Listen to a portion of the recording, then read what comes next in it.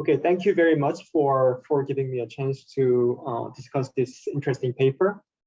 Okay, so what is this paper about? This paper studies co-movement of crypto peers identified through news. And we have three main results in this paper. First, Gustavo documents strong co-movements among peers in response to idiosyncratic shocks.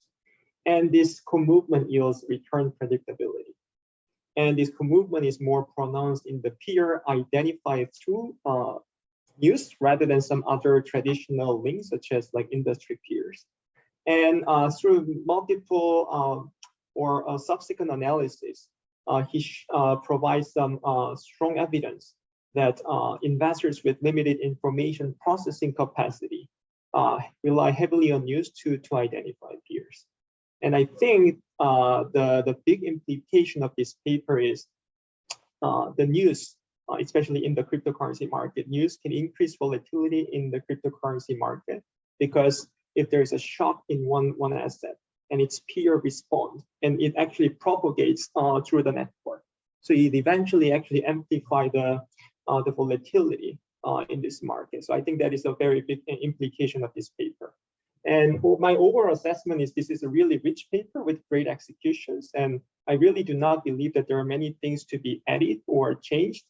And therefore, I would rather take this opportunity to explain how I understand and how I view this paper and provide my opinions about how to better position this paper.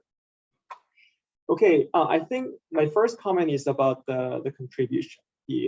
Gustavo makes a lot of contributions through this paper, and I think there are mainly three. One is this paper speaks to multiple academic fields.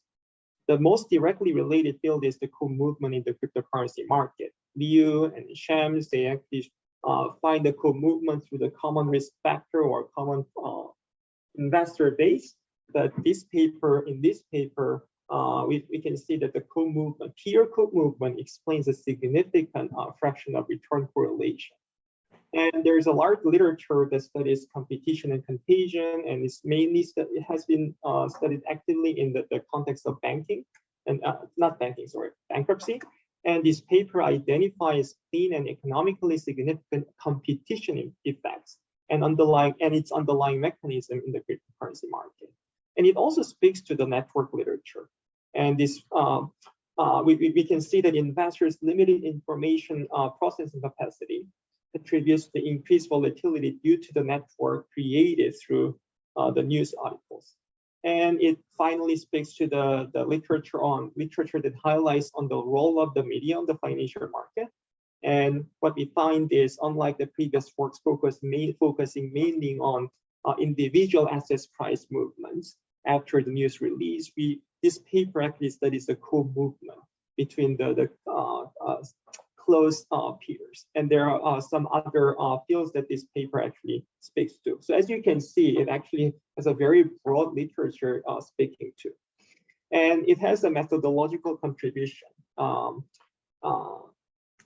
Gustavo actually proposed some interesting techniques to identify competitive peers from news articles, and it can be readily applicable in other contexts as well. And overall, this is a really well executed and very well polished paper. And it's very hard to question about the quality of empirical analysis, unfortunately for me, because I don't have anything to say. And therefore, I really want to congratulations all your efforts to produce this great work. So my comments will be mainly about how to understand this and how to better position this paper. And as you can all agree, I think the paper has a lot of rich analysis, very interesting results, but what is missing, I think, is this conceptual framework. And it could be useful to include a section for conceptual framework, because first of all, this contagion or competition effect, which is one of the main message of this paper, have been studied in different contexts like bankruptcy or dividend cuts. And what we typically observe in those papers is those works actually produce different results under different conditions. For example, Chapter 11 and Chapter 7 bankruptcy, although they are all bankruptcies, but we see sometimes competition effect is strong or contagion effect is strong and so on. And in this context, cryptocurrency, we find that the competition effect is dominating among the crypto peers. What's interesting is, although not the same, the negative shock to a token could be relatively more similar to Chapter 11 than Chapter 7, because negative shocks to the tokens that do not eventually result in immediate liquidations of the blockchain startups. But competition effect is not strong in Chapter 11, although we mainly observe competition effect in this context. In addition, given that we find some contagion effects in news release in different market, like stock market, this result, which mainly highlights that competition effect, is very interesting and novel. Then how can we explain this nicely?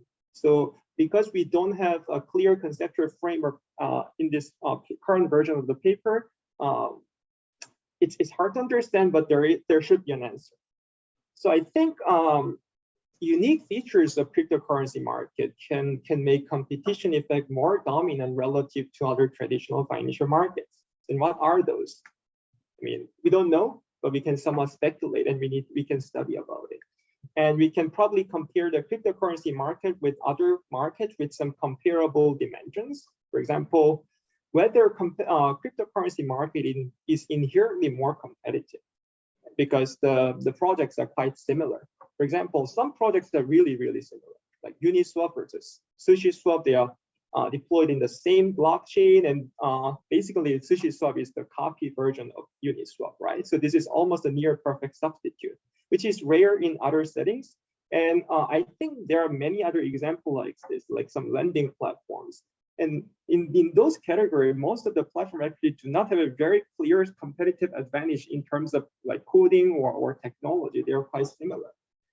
Of course, there can be many other things to look at, right? So finding some useful dimensions and studying heterogeneous effects along the dimension could be useful to say why we see some effect is strong in this market and some other effect is strong in other market in different contexts. So overall, I think a clear and rich conceptual framework section could help readers to think about these kind of issues more systematically. And also, it is useful for Gustavo to talk about what is specific about in this market, and what is also more general and applicable to other markets, because this can be a good answer to the question like, what's the external validity, something like that, right? And the mechanisms, the mispricing is attributed to investors' slow information processing or inattention in this paper. And the related empirical finding was peer code movement is weak or non-existent, even non-existent in traditional links like industry. And this effect is very, very pronounced in peers mentioned in news articles. And I think this is a really cool result and really novel result. Then how can we interpret it? Then why do we see this?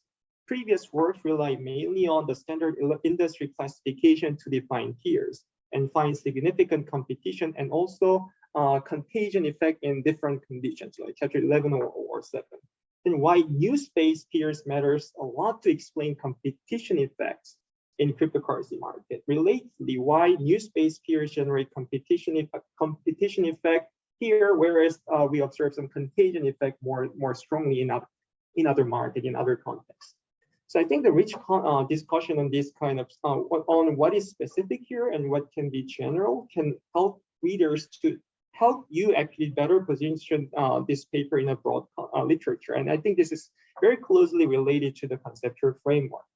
And I have one small comment about better strengthen your argument. We see that the effect is pronounced in the peers mentioned in the news articles. And I think there are two possible explanation for this interesting phenomenon. First is industries are misclassified. As Gustavo mentioned in the paper, maybe all this industry classification is quite ad hoc and not very precise. And that's one of the reasons why we don't see any strong effect on the industry related peers, industry-based peers, and strong effect in news-based peer. Another possibility is just the author's explanation. Investors with limited cognitive resource rely heavily on news to identify peers, and that this paper is in favor of this second explanation. So then how can we strengthen this argument? First, in order to rule out the first explanation, maybe we can use the very clean industry classifications like in DeFi, like, what is it? Decentralized exchanges or lending platforms. No one will question about the clarity of this industry classification. So we can check whether the result still holds with this relatively clean industry classification. We have many projects for now. But I think what's even more interesting, important is this one.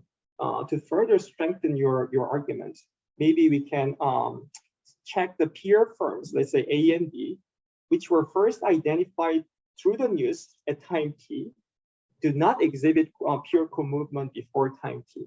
Because if investors really react to this news, which they see at time T, then before that, although there is, I mean, in terms of like the nature of business, although they are similar, people don't know it because they are not mentioned yet, then we probably will observe weaker results, right? It doesn't have to be non-existent, but I think we may observe the weaker result, and it can actually strengthen the Gustavo's argument, I think.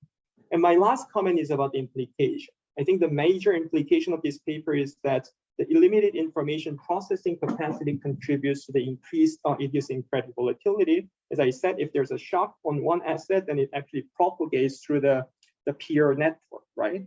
That means actually it can create some excessive volatility, excessive idiosyncratic volatility across the network.